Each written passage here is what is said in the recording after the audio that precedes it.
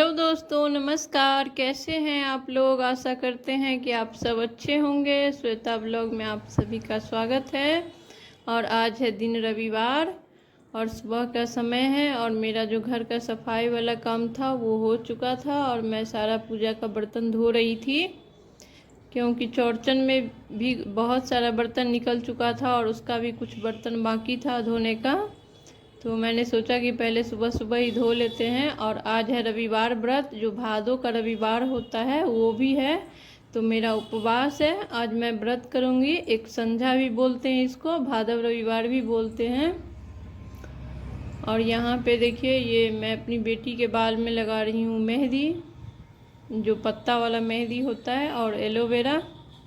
पिछले संडे को जो मैं लगाई थी उसी में से थोड़ा सा बच चुका था, वही रखा हुआ था, तो सोचा आज इसको छुट्टी था, कोचिंग नहीं था, तो हम इसको यहाँ पे लगा देंगे सुबह सुबह, ताकि 1-2 घंटे में इसका अच्छे से सूख जाए, टाइम मिल जाए, उसके बाद ये धो लेगी बाल को। और उसके बाद मैं घर को साफ़ कर रही हूँ, क्योंकि रविवार का व्रत है और वैसे भी संडे को सफाई रहता भी है, और आज उपवास है तो उसके वजह से भी। और फिर घर को धोने के बाद ना हम खाना बना देंगे पहले ही। उसके बाद आज होगा नहाना धोना, क्योंकि सिर्फ बच्चे के लिए खाना बनाना है, और खाना बना करके रख देंगे। उसके बाद चले जाएंगे नहाने धोने, क्योंकि नहाने धोने के बाद फिर हमको पूजा करना रहेगा, तो फिर खाना नहीं बन पाएगा इसकी वजह से। और मैं यहाँ पे भिंडी ले ली हूँ और भिंडी को धुल करके कट कर रही हूँ। भिंडी को धो करके ही काटना चाहिए, नहीं तो वो काट करके धोने से अच्छा नहीं होता है। और फिर उसके लिए ग्रेवी बनाएंगे, तो ग्रेवी वाला सब्जी यहाँ पे बन रहा है। हुआ क्या, 2-3 दिन 4 दिन से एकदम बिना लहसुन प्याज का सादा सादा ही बन रहा था। उधर चौरचन था, बृहस्पतिवार था, फिर शनिवार को नहीं खाना था क्योंकि रविवार का व्रत करना था, तो इसके वजह से 3-4 दिन से बुधवार से ही लहसुन प्याज सब बंद था। तो हमने सोचा थोड़ा सा टेस्टी सब्जी आज बना देते हैं, और मुझे नहीं खाना था, रविवार का व्रत था, बच्चा लोग ही खाएगा, तो इसके वजह से मैं बना रही हूँ थोड़ा सा ग्रेवी वाला सब्जी और चावल बच्चों के लिए। और देखिए यहाँ पे भून चुका था सारा, टमाटर प्याज को हम भून करके पीस लेते हैं, और फिर मसाला भून करके उसमें भिंडी डाल देते हैं। और भिंडी डाल करके ढक दिए थे, और फिर हम गैस को धीमा करके चले गए थे नहाने और कपड़ा धोने, क्योंकि बहुत सारा कपड़ा भी था। होता है क्या, जब पर्व होता है ना तो बहुत सारा काम हो जाता है, तो जो घर का काम होता है वो रुक जाता है, वो बाद में होगा, ऐसा होता है।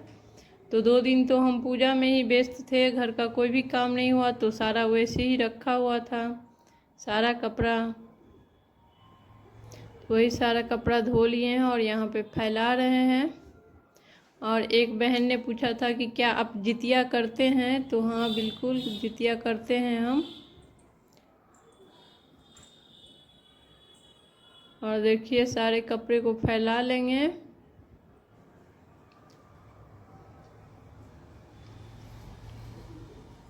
पूरा छत मेरा भर चुका है। और उसके बाद कर लेंगे सबसे पहले जो डेली पूजा होता है वो घर में, क्योंकि कोई भी विशेष पूजा पाठ होता है तो पहले डेली पूजा हो जाता है, या फिर आप कुल देवता अगर घर में हैं तो उनका पूजा कर लीजिए, फिर जो आप पर्व कर रहे हैं या कोई भी पूजा कर रहे हैं तो वो वाला कीजिए।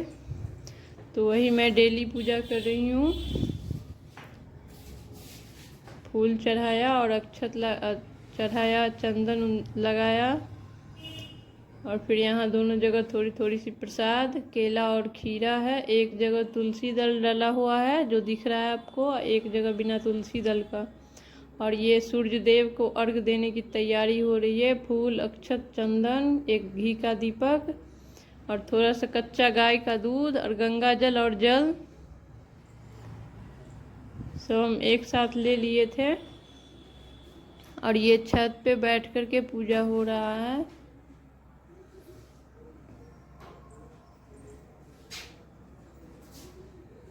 और देखिए सबसे पहले रोली लगाएंगे, अक्षर डालेंगे, फूल डालेंगे और यहाँ पे ना हम 1 लोटा डाल रहे हैं। और ये प्रसाद में हम लिए हैं मखाना, केला और गुड़, मीठा में थोड़ा सा।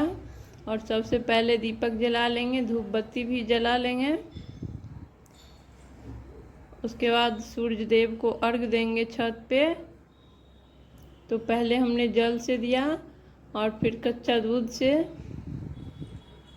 देंगे। अगर जो परात है वो गहरा होता तो हम उसमें लोटा नहीं डालते, वो बहुत ही गहरा नहीं है, इसी की वजह से हम डाले हैं लोटा उसके अंदर एक पूजा वाला। नहीं तो अगर परात गहरा होता तो आप डायरेक्ट भी जल चढ़ा सकते हैं। अब इसमें डालते तो वो उसमें कम जाता और बाहर इधर उधर छींटे उड़ते, इसकी वजह से हम लोटा रखे हैं उसमें।